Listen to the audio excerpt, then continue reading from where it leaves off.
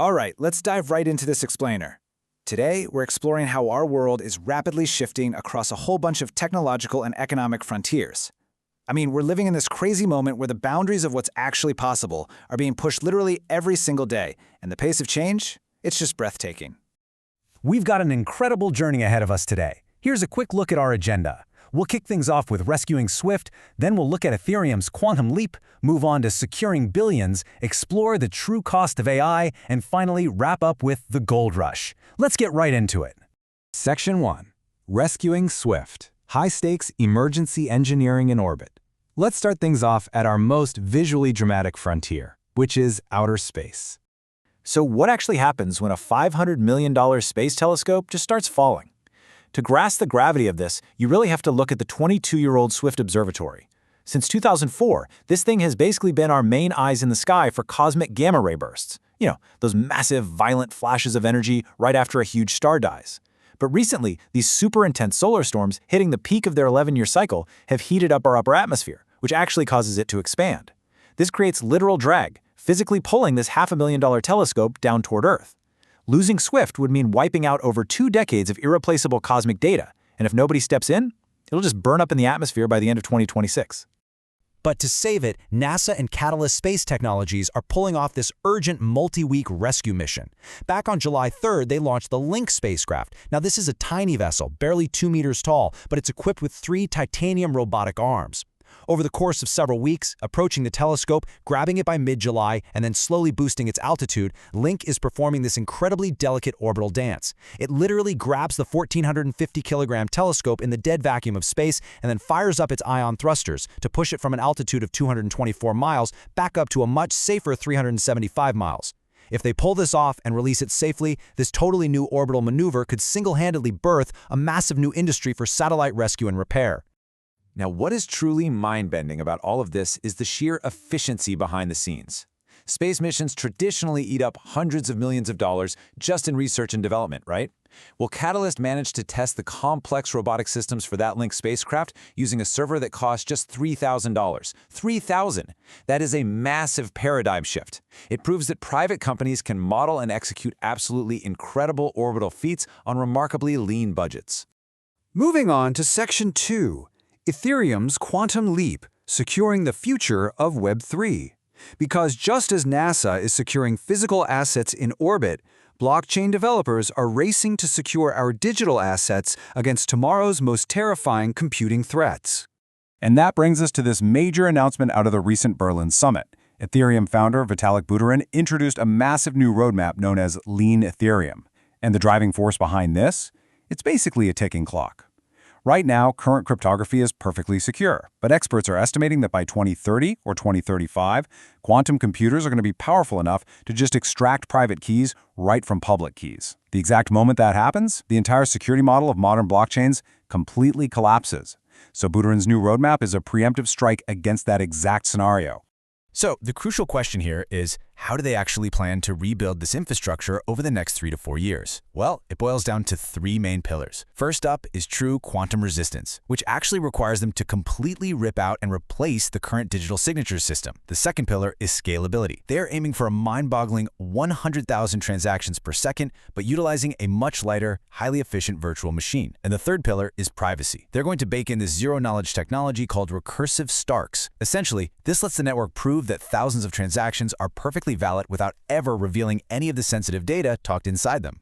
Okay, Section 3. Securing billions. The power of the crowd and budget tech. Let's bring things back down to earth and look at the immediate, modern-day cybersecurity threats we're facing. Because honestly, we don't even have to wait for quantum computers to see massive vulnerabilities in our digital world today. Check out this mind-bending contrast. Security researchers at a company called Hexens recently stumbled upon a catastrophic vulnerability in the APTOS blockchain. We are talking about a bug that puts $70 billion with a B in digital assets at extreme risk. But you know what the wildest part is? These ethical hackers found this world-ending bug using a server that cost the exact same amount as the one used for that space rescue test, just $3,000. And if a malicious hacker had actually exploited it, it would have only cost them a few $100 in cloud computing fees.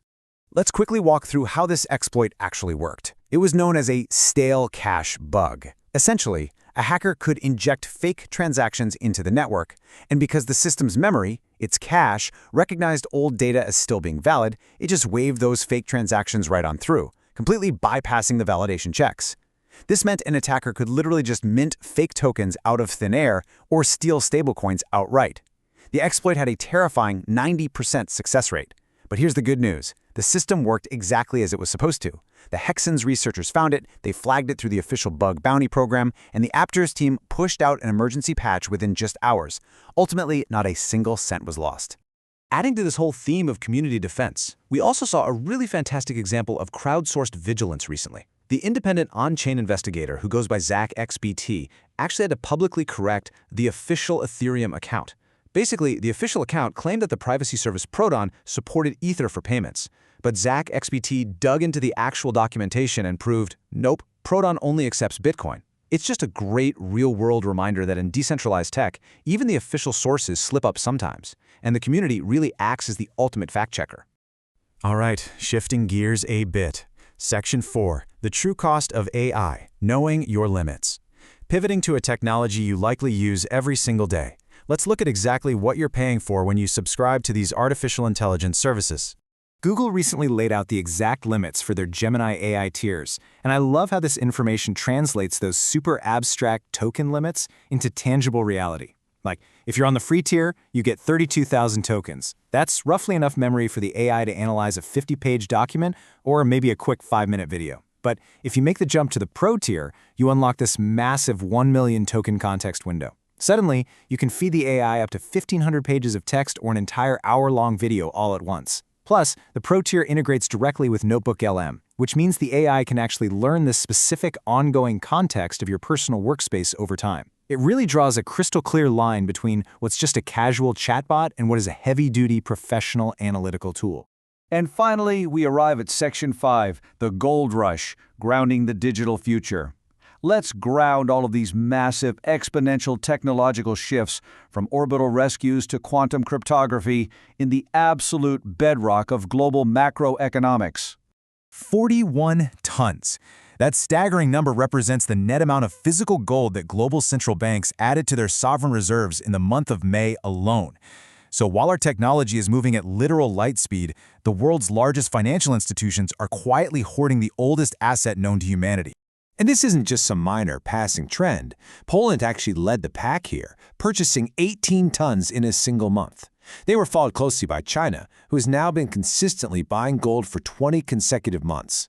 According to the World Gold Council, central banks are aggressively diversifying their reserves away from the US dollar. In a world that is becoming increasingly multipolar, filled with geopolitical tension and stubborn inflation, these institutions are pivoting hard to gold as their primary hedge. In fact, right now, 45% of reserve managers expect to buy even more gold over the next year. So we have covered a ton of ground today, from private companies rescuing multi-million-dollar assets out in space, to ethical hackers protecting billions on the blockchain, to nations quietly stockpiling gold. The world is transitioning faster right now than it ever has before. Whether it's mastering the true limits of your everyday AI tools or completely rethinking how you manage your physical and digital assets, the global board is being fundamentally reset. So the big question is, when the dust finally settles on this new technological frontier, are you going to be a spectator or will you be ready?